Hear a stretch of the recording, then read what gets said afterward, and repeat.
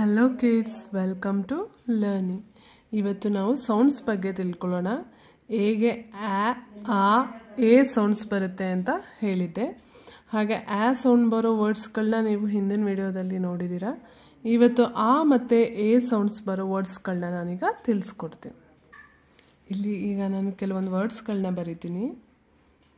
A L L all, C A R car, S M A double L small,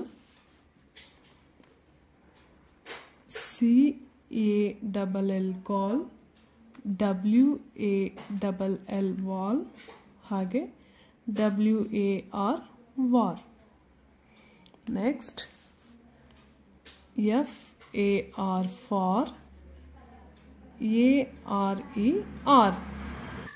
ಮತ್ತೊಂದು ಸಾರಿ A double L all, C A R car, S M A double L small, C A double L call, W A double L wall, W A R war, F A R for, A R E R. ಇದೆಲ್ಲ ನೀವು ಗಮನಿಸಿರ್ಬೋದು. ಹೇಳುವಾಗ ಹೇಗೆ ಆ ಅಂತ sound ಬಂದಿದೆ. ಹಾಗೆ ಇವೆಲ್ಲ ಆ ಅನ್ನೋ ಸೌಂಡ್ ಬರೋ ವರ್ಡ್ಸ್ಗಳಾಯಿತು.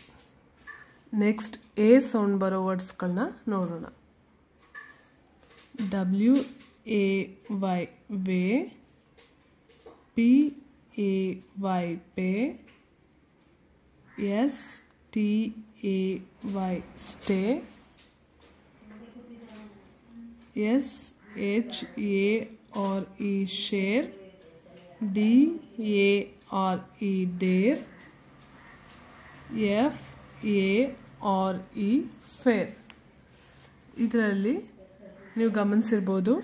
W A Y ವೇ ಅಂತ ಓದ್ತೀವಿ. ಹಾಗೆ P A Y pay, S T A Y stay, S H A R E share, D A R E Deere, F A R E fair.